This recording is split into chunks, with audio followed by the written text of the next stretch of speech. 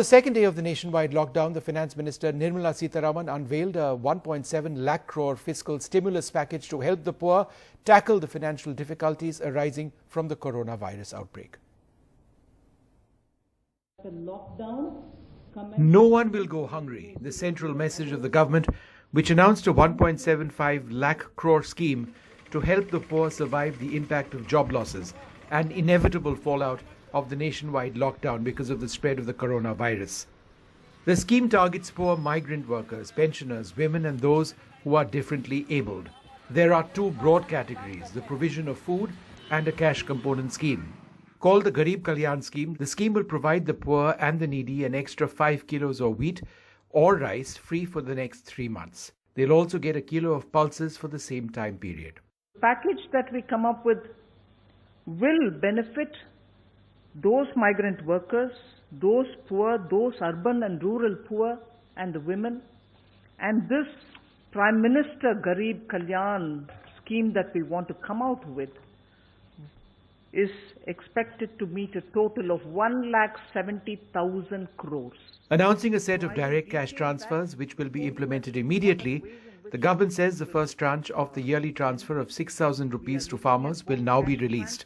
3 crore widows, pensioners and those who are differently abled will get a one-time payment of 1,000 rupees. And 20 crore women with Jan Dhan accounts will receive an ex gratia payment of 500 rupees a month. Nearly 9.3 crore people below the poverty line will get free cooking gas cylinders for 3 months. And key women self-help groups will be eligible for collateral-free loans of up to 10 lakhs. For the organised sector, the minister has announced an update on Provident Fund and withdrawal limits. The government will now pay the PF share of both the employer and the employee for the next 3 months for establishments with up to 100 employees, where 90% of these employees earn less than 15,000 rupees per month. An advance of up to 75% from an employee's Provident Fund can also be claimed as a non-refundable advance. Medical workers of all categories fighting the COVID menace will get a 50 lakh rupee medical insurance cover. They've been described as frontline workers. With a great sense of gratitude for those warriors, the sanitation workers in government hospitals, the ASHA workers, and all of them, paramedics, nurses, all of them, doctors inclusive, will be given 50 lakhs per person as medical insurance. The Congress, which has welcomed the move, calls it modest and says the plan does not put enough cash in the pockets of the poor. Some sections have been left out altogether. The economic package announced today does not address all sectors of the economy. There was no specific plan, for example, targeting medium and small-scale enterprises or the aviation sector, which has been ravaged. For now, the government is on wait-and-watch mode and hasn't denied the possibility of other schemes being announced in the near future. Vishnu Shom for NDTV. All right, so some fantastic initiatives there as far as food supplies are concerned, doubling the rations which are available to people in a particular economic category. But are the cash transfers enough? At the moment, we are joined by Ajay Veer Jhakar, Chairman of the Bharat Krishak Samaj. Thanks, Mr. Jhakar, very much for being with us. I think free cooking gas for a period of 3 months is a fantastic initiative. I think doubling the amount of rations, whether it's wheat or it's rice, over the next 3 months is very welcome. Also the provision of pulses. However, do you believe that the cash transfers which have been announced are enough to make a substantive change in the lives of people, many of whom are now out of a job? I think so. We'll have to... I think so. Before we come to that, the 3 things I would want to talk about. One is on the implementation of this lockdown. The National Disaster Management Authority does not seem to have any standard operating procedure laid down for food value chains and for farm operations.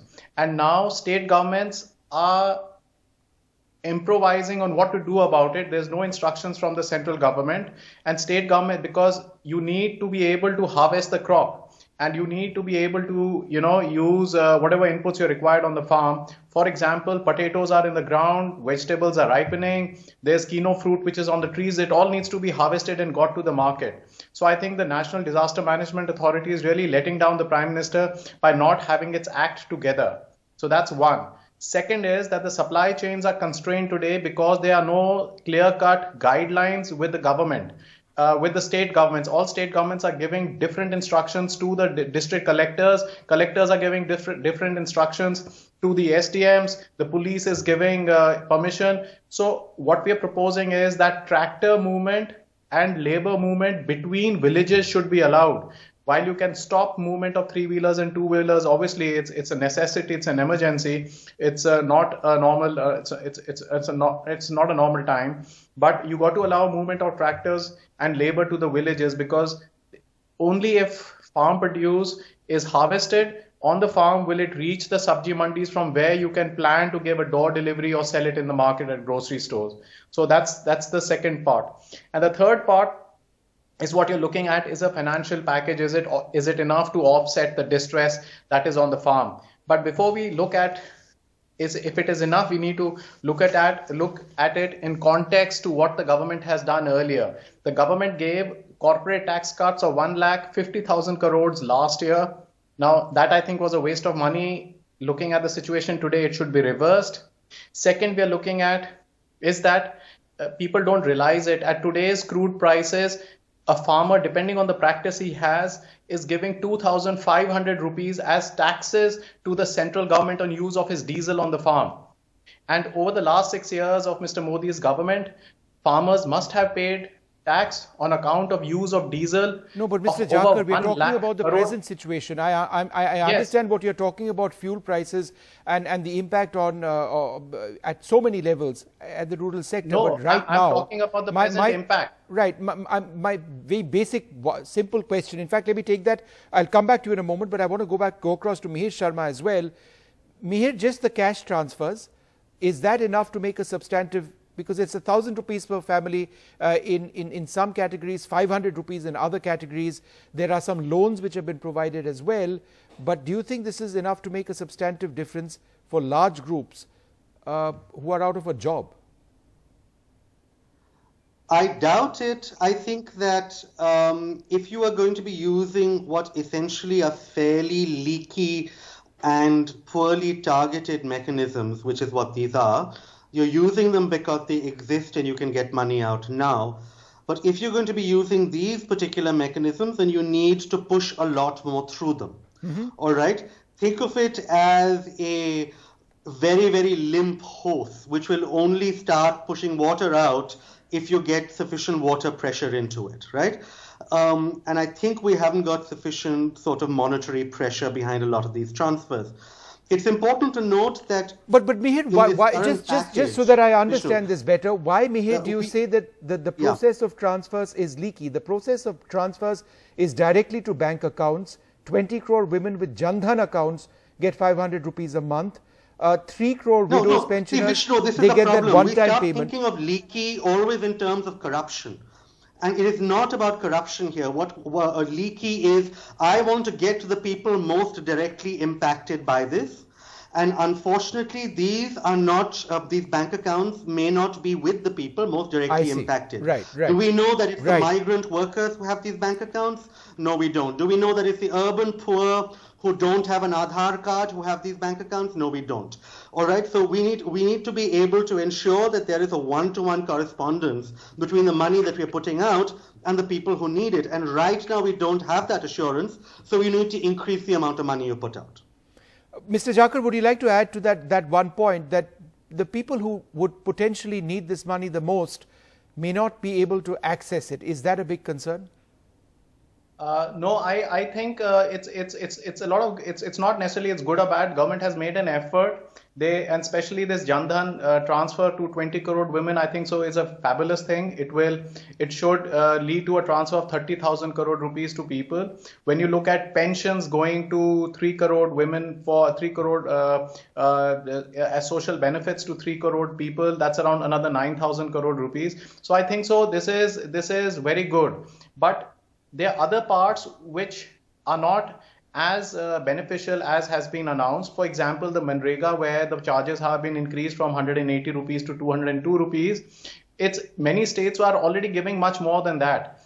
And the total when you look at the number of man-days that are being created per family in the country, it's not more than 40, 50 per family. So it's not going to lead to the benefits that the government is talking about. When you look at gas cylinders, I think so it's a very good program that you will give one cylinder per month for the next 3 months. But you also have to keep in mind that at today's prices, the government must be making a lot of money on subsidized rates of gas cylinders because the crude prices come down to something like $25. Yeah.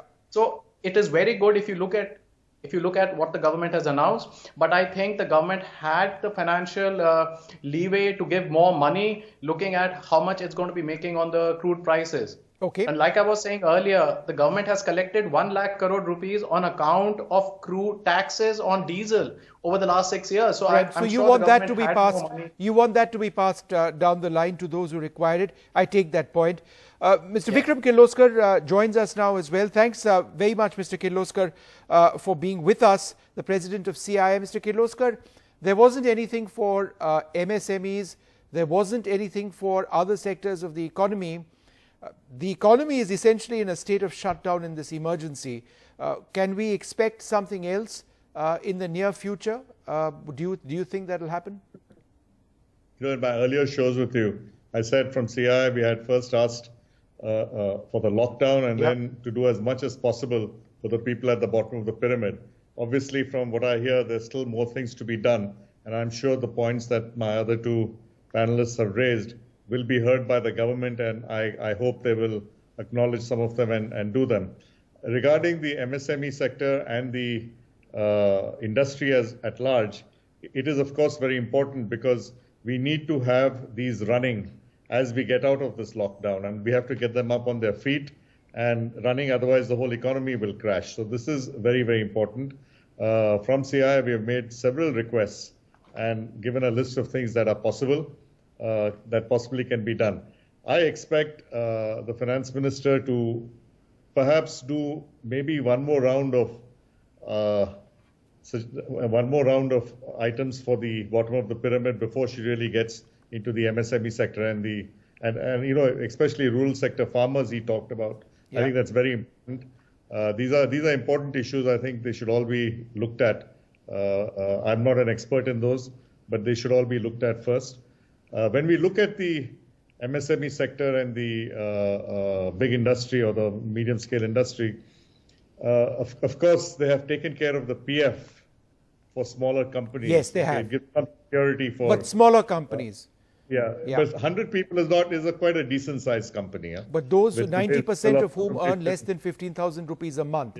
So those people benefit in a big way. But beyond that, they don't. Or if you earn more and the company could be of the same size, you wouldn't benefit from it. So the numbers might be restricted.